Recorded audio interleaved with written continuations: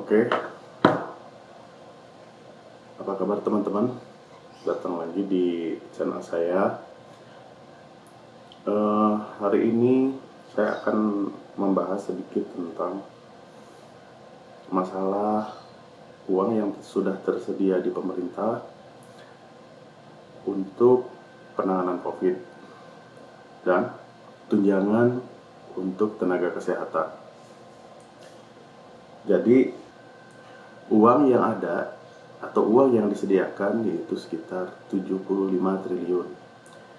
Dan beberapa hari kemarin Bapak Presiden kita sudah menginformasikan bahwa baru sekitar 1,5% dari dana tersebut yang disiapkan oleh pemerintah baru keluar.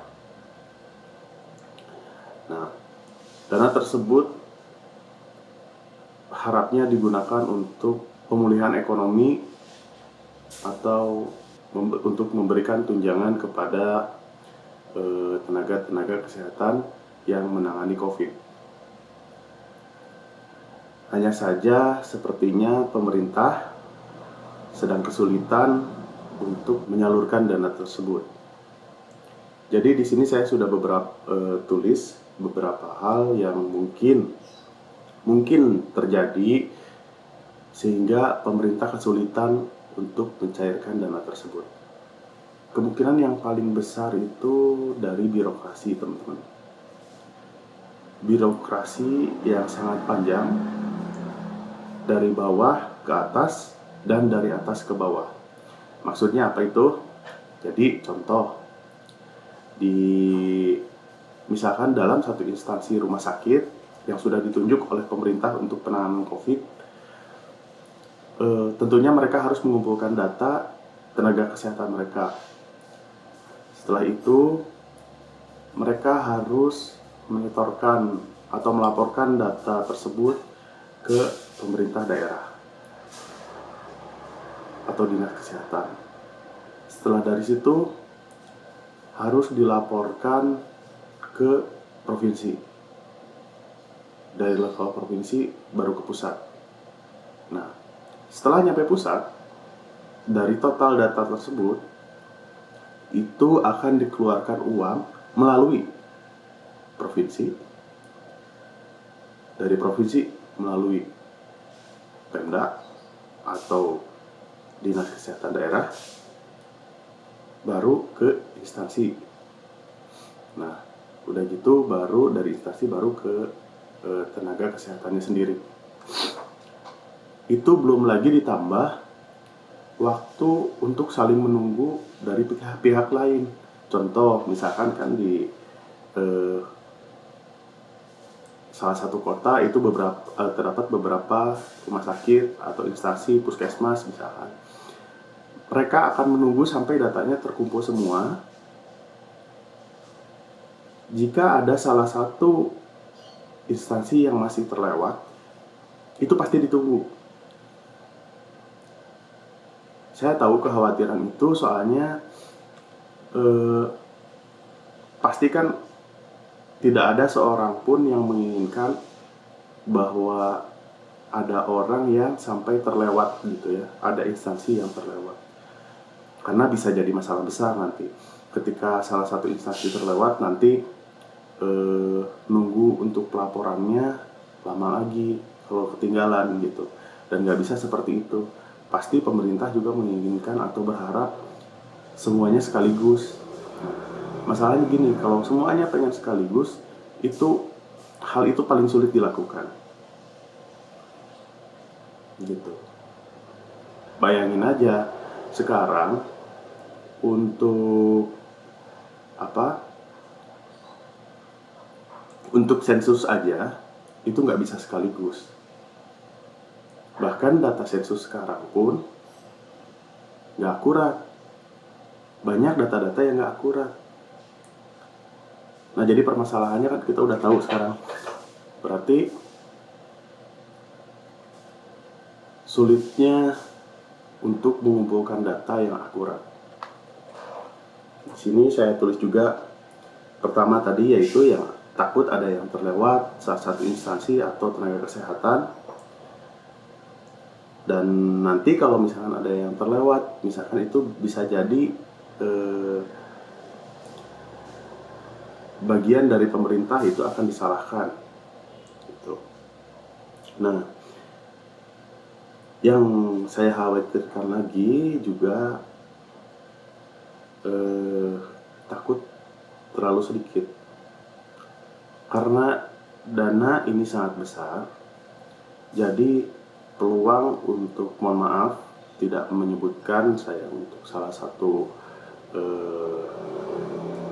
sektor pemerintahan yang mana, tapi ini memungkinkan bagi orang yang berperan di birokrasi, memungkinkan mereka untuk memiliki peluang untuk korupsi.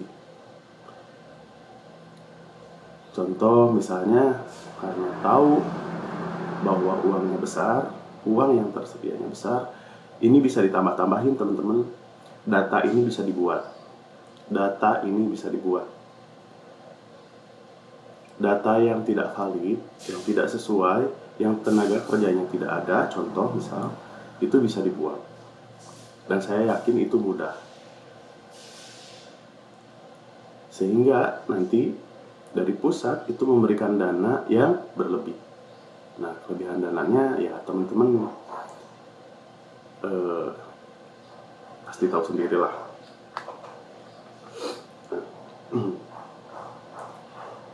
Di sini saya akan mengutarakan salah satu alternatif kemungkinan yang akan membantu pemerintah pusat untuk mengeluarkan dana tersebut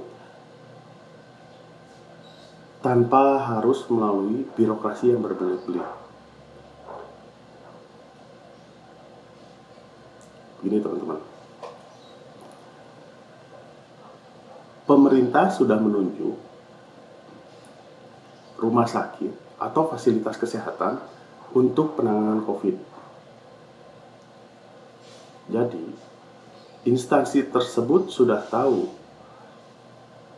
dan memiliki data tenaga kesehatannya. Oke, sampai situ dulu. Jadi, data faktual tentang tenaga kesehatan itu sudah diketahui setiap instansinya masing-masing. Oke. Nah, dari data tersebut, ini bisa dibuat sistem tanpa melalui birokrasi yang panjang untuk pencairan dana tersebut. Dana tunjangan untuk tenaga kesehatan penanganan COVID. Data yang valid itu bisa diajukan langsung oleh tenaga kesehatan secara personal, pribadi.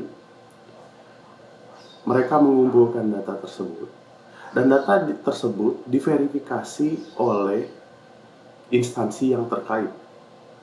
Sudah cukup sampai di situ. Dari situ, pemerintah bisa langsung membayar tunjangan kepada masing-masing tenaga kesehatan, walaupun itu langsung dari pemerintah pusat. Gimana caranya? Gini, data harus berbentuk data digital yang diverifikasi oleh instansi terkait di mana tenaga kesehatan tersebut mengabdi. Hak otorisasi atau hak verifikasi itu diberikan kepada instansi yang terkait.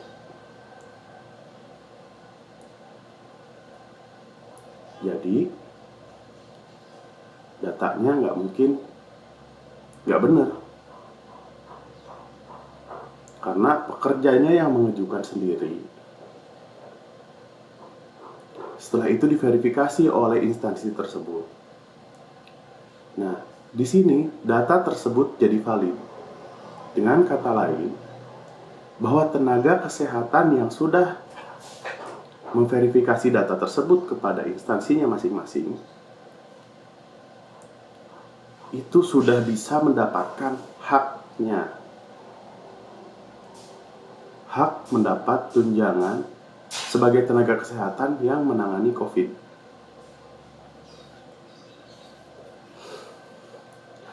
Dari situ masalahnya kan belum selesai.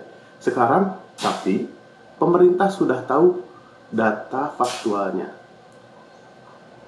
Ini yang diharapkan pemerintah. Data faktual orang atau tenaga kesehatan yang sedang mengabdi di salah satu instansi yang ditunjuk oleh pemerintah untuk menangani COVID. Oke, ini baru satu tahap awal. Ini yang diperlukan pemerintah. Dari sini, pemerintah langsung bisa memberikan tunjangannya kepada masing-masing individu tanpa harus melalui birokrasi yang panjang. Karena apa? Datanya sudah valid dan pembayaran bisa dilakukan secara digital. Dan ini salah satu contoh seperti ini. Pemerintah menyiapkan dana 75 triliun, itu bisa diambil sedikit-sedikit. Bisa dibayarkan langsung kepada masing-masing tenaga kesehatan. Dan transaksi tersebut dilakukan secara digital. Jangan harap melakukan transaksi tersebut melalui cara konvensional. Jangan harap. Karena apa? Karena pekerjaan Anda tidak akan pernah selesai untuk membagikan uang tersebut.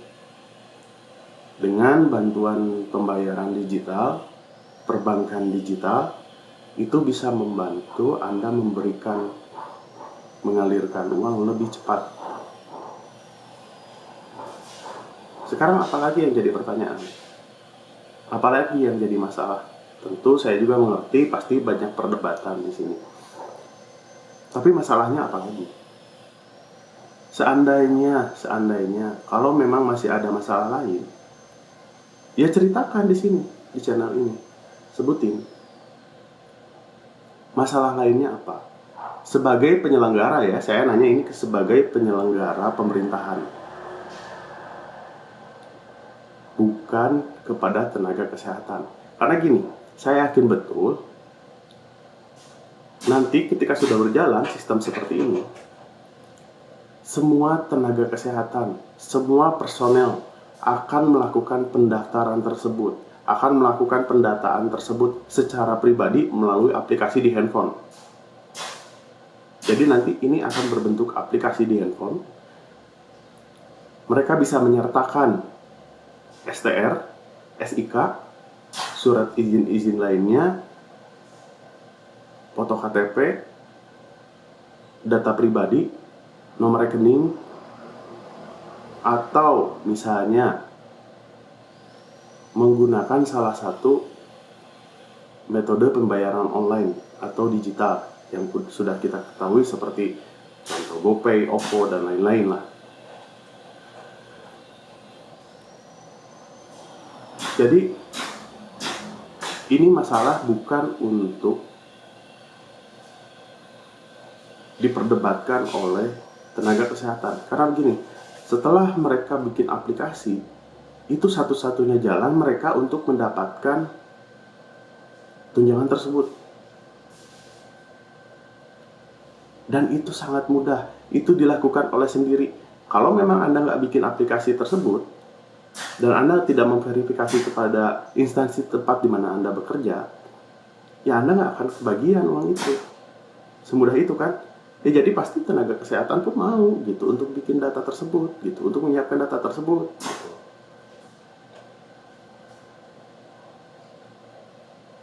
Nah, saya jadi di sini mengajak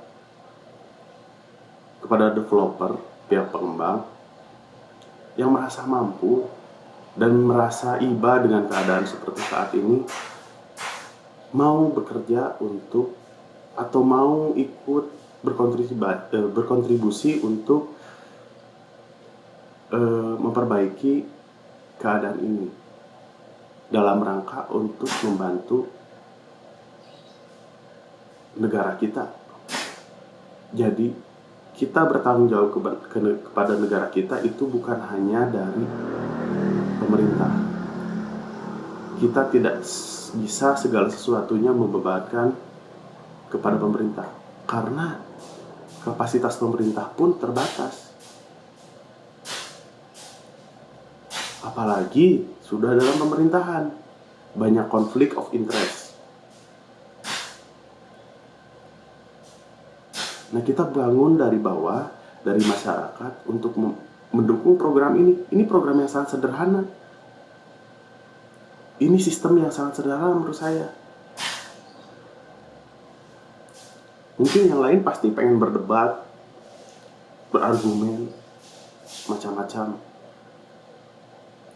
Tapi kalau nggak saya sampaikan, kalian nggak akan pernah berpikir untuk mengkoreksi, untuk melakukan atau memilih atau memberikan cara yang lebih baik. Makanya dimulai dari video ini, saya pengen seperti menjadi pematik bagi kalian yang mampu, yang capable di dalam bidang ini untuk bergerak. Dan masyarakat, tenaga kesehatan, ini akan diuntungkan sekali. Negara akan diuntungkan dengan program ini, dengan sistem ini. Saya nggak akan menunggu pemerintah setuju atau tidak dengan program seperti ini.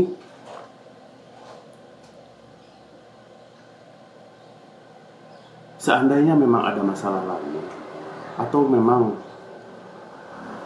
asumsi saya itu tidak benar, tolong berikan informasi. Biar saya gunakan waktu saya untuk ikut memikirkan negara ini. Jadi mohon maaf kalau seandainya ini bersifat ofensif atau brutal atau so tau atau apa. Tapi maksud saya itu men-trigger, menjadi pematik, agar segera bergerak. Tanpa bergerak, suatu masalah tidak akan pernah selesai. Jadi buat kalian yang nonton, tolong di-share, dikoreksi perkataan saya, dan saya terima kritik dan sarannya. Saya akan jadikan itu bahan evaluasi, dan saya merasa tertantang dengan itu. Kenapa? Dengan evaluasi, dengan koreksi, dengan kritik, kita bisa memperbaiki keadaan. Tanpa itu, kita nggak tahu mana yang salah, mana yang benar. Oke? Jadi, terima kasih. Selamat siang. Assalamualaikum warahmatullahi wabarakatuh.